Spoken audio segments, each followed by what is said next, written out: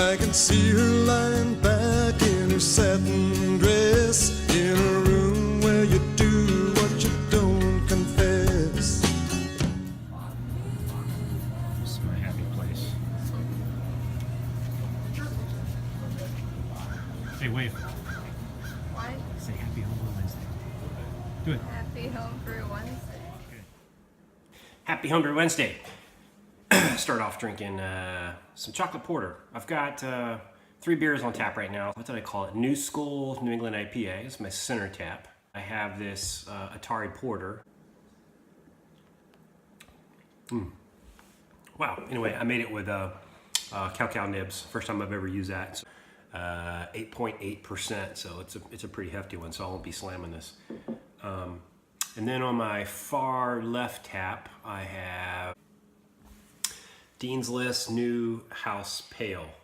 Now this is the pale that I made with my buddy Brad, who came down for the Army 10 miler early last month. I think the first weekend of October. And we brewed, we just threw together a pale recipe, and I used Denali hops. I used Magnum for bittering, Denali, and Eureka for the finishing. And I got some Bonlander Munich, the base is thru, and a little bit of Crystal. And it came out really nice. So that's what I have in my other tap. But I need to make way for 2 beers that I have fermenting right now. One, man, that's nice. It's just like I should call that Hershey's chocolate porter. One of the beers is the Wally Feck hop experiment. That thing is, man, I use that sprinkled dry yeast. Oh, and some of you guys commented on my last video. It was Mangrove Jack. That's the one that I used for the SJ pour. It was my bitch session pale. And I saw Lucky 13 commented that he tried to use that in the past and it didn't really take off and ferment all the way. I don't think I had that problem. You might have had, maybe you had a bad pack or something, but anyway, the bitch session did pretty well. It made it to the second round, and then I got cut somewhere in the midline. It's Wally Feck hop experiment beer, which I still haven't figured out whether it's an IPA or a pale ale. I guess I'll know whenever I go to take my first sip of it.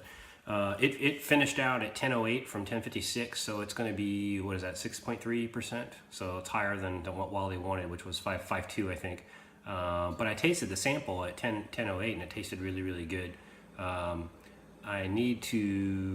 already added one dry hop edition of Denali. I think I'm getting ready to, and that was 2 ounces. I'm getting ready to add another 2 ounces to it probably tomorrow. And then I'll let it go for a couple days and then throw it in the refrigerator and cold crash it for a few days. And then, let's see, that should put me around, I don't know, next Thursday or Friday. I'll have it kegged and, off the tap. So that's that. The other beer, which I'll show some brew footage at the end of this, so hang around, is another old school kind of variation. I'm going to call this contemporary school double IPA. I left it a double strength. With this one, I used, and you guys might have seen a few videos back, Tony Yates sent me several cans of Alchemist, and I think 3 cans of Alchemist beers, Heady Topper, Focal Banger, and Crusher, and then a Sip of Sunshine. So on the Focal and the Heady Topper, I saved the last couple of ounces in a beer can, put that in a sanitized mason jar, and then I beefed it up with a couple of starters, boiling up some DME, and I did that twice, and I got a pretty good level of yeast at the bottom of the mason jar, and you'll see in the video what it looks like that I dump in. But I was a little worried because I'd never harvested yeast from a beer can before. Threw it in, and in the first 24 hours, nothing. Even with a blow-off tube. So I'm like, all right, well, what's going on? So I peeked inside the lid, which I don't normally do, just to see if there was any signs of fermentation, and there was a light krausen forming. So I'm like, oh, okay, well maybe it'll come alive. So I went to work the next day, came back, and I had this.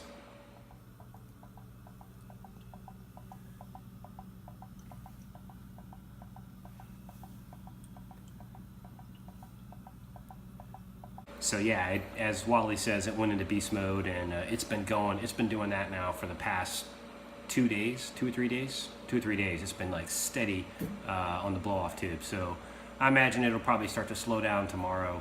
Oh, maybe it won't. I don't know. It's got plenty of sugar in there to eat, so we'll see how it goes. Good temperature. I've got like 67 degrees in my basement, so it's perfect fermentation temperature. I'm gonna let that go till it ferments out, and then I'm gonna drop a. And for that one, it's really cool. I used cryo hops, which I'd never used before. Those cryo hops, I don't know if you've ever smelled any of those things or been around them, but man, you rip that thing open and they smell really, really intense. And I guess whatever, like I got Citra and Simcoe because that's what goes on Old School, and is it normally like between 12 and 15% alpha acid. These things are like 23 and 25%, so it essentially doubles the dose. So if you put an ounce in, you're really putting in 2 ounces. Now the cool thing is you get this, and you get the benefits of the alpha acid without all of the vegetable material, so you don't get all the green grassiness. And I noticed that when I finished my boil, I didn't have a whole lot of hop sediment, in the bottom. It was, normally when I do Old School double IPA, I have to unclog my chiller once or twice as I go through the process, and this one I didn't have to do that. So really, really cool, and I got really decent amount of volume out of the beer. I mean, almost 7 gallons, probably 6.5 gallons. So I had too much to put in the fermenter. And then the fact that when I dry hop it, I'm going to use cryo hops too. 2 ounces of Citra, which is really 4 ounces of Citra, and it shouldn't soak up as much beer as it does when I use regular pellet hops. So I am really, really excited about the cryo hops to see how that goes. So I have Friday off, so I'm thinking I'm gonna do some brewing on Friday. I have 2 mason jars of Irish ale yeast that's probably over a year old. I think I'm gonna go for it. I think I'm gonna do an Imperial Irish Red and use up those 2 mason jars of yeast. And also on Ryan Lewis, so I'm gonna do that on Friday. I'll brew that on Friday. It's Veterans Day, so government holiday. That's the plan anyway. Plans can always change. And I know Ryan Lewis made a suggestion. Hey, the heady, Alchemist yeast gets better, the more times you use it. So and plus since I use the cryo hops, there's not as much hop sediment in the fermenting bucket. So I'll pull that off and go to a secondary for my second hop addition on that one, and I will rinse that yeast and save that and use it. I mean, if it comes out okay, and nothing's crazy, but I'll rinse it anyway and save it because I'd like to keep using the heady yeast. The heady, I don't know what you call it. It's heady topper and focal banger. So maybe heady banger or focal topper. I don't know. What do you think sounds best? Heady banger or focal topper? Sent out some beer mail, so some of you guys will be getting some of these. I sent 6 of these to Brad and Nicole, the folks that I brewed the beer with, and I sent a couple, I think, to Elder. So Elder should have a package. I think he got it today. So anyway, hope you guys enjoy the beers. Hope you guys have a have a happy homebrew and have I'm just all messed up this week, and a very happy homebrew Wednesday. Cheers. Good morning, brew tubers. It's it should be 9 o'clock on a Sunday morning, but it's actually it should be 10 o'clock on a Sunday morning, but it's actually 9 o'clock on a Sunday morning because it's fall back today. Great gift of the fall. So I don't feel as bad about getting started late. So I'm brewing up today a kind of a twist on Old School. I've done many twists on Old School. I'm going to have to call this one Contemporary School because I'm doing the full diaper recipe. The changes I'm using this time. So the diaper recipe is I have about 13.5 pounds of thru. I've got about 10 ounces of Crystal 20 and a pound of Carapils. And then I used a whole bunch of Simcoe and Citra hops. I normally use a bittering up front, Magnum or Columbus, but I'm not doing that on this recipe. I'm going to try to. Well, first of all, I'm going to be using yeast here that I rinsed from a heady topper and focal banger. So I think that's plenty for a DIPA. Look at all that yeast in the bottom. So I'm going to use that, and I'm also going to use these cryo hops instead of regular hops. Now these are like, this one is 25.2% alpha acid, so it's a little over twice the, maybe right around twice the potency of a normal hops. And supposed to do on the old school double IPA, and I'm gonna try to catch as much of this on video as I can. So don't hate me because I'm beautiful. This is my wake up face. So I will see you back in a few. Cheers. So this is my technique for filling up my strike water. So I have this adapter. I have to pull my plug off my kitchen sink here downstairs and hook up this little hose. I run that right into my hot liquor tank, and so I'm filling that up at the moment. You see I'm water level. I usually let the water level get all the way up to that little rim there on this Bayou Classic 15 gallon, and then I have enough to do sparging. I'm also going to fill up 5 gallons. What I'll do is when I'm done with the hose here, I'll move it over here. I've already calculated how much water I need for strike water, but I heat my strike water. I'm going to heat this up to 171 degrees, then cut the heat over because I only have one hock. So I'll heat this boil coil, then cut it over and start heating. Once it hits 171, I'll close it and leave it. And then so by the time I strike in this and I'm ready to start sparging, this water will drop to 168 where I need it. And then I'll put the heat back on. This, I'll fill up 5 gallons for strike water in the boil kettle, and I'll heat it up to like 173 or 174. So I want to try to hit just under 150, and then pump that up to 153 for the mash tun. So, okay, I think the secret to good taste is starts with fresh grain. So I didn't use the hand crank, but just finished crushing the grist, and one of these helps out quite a bit.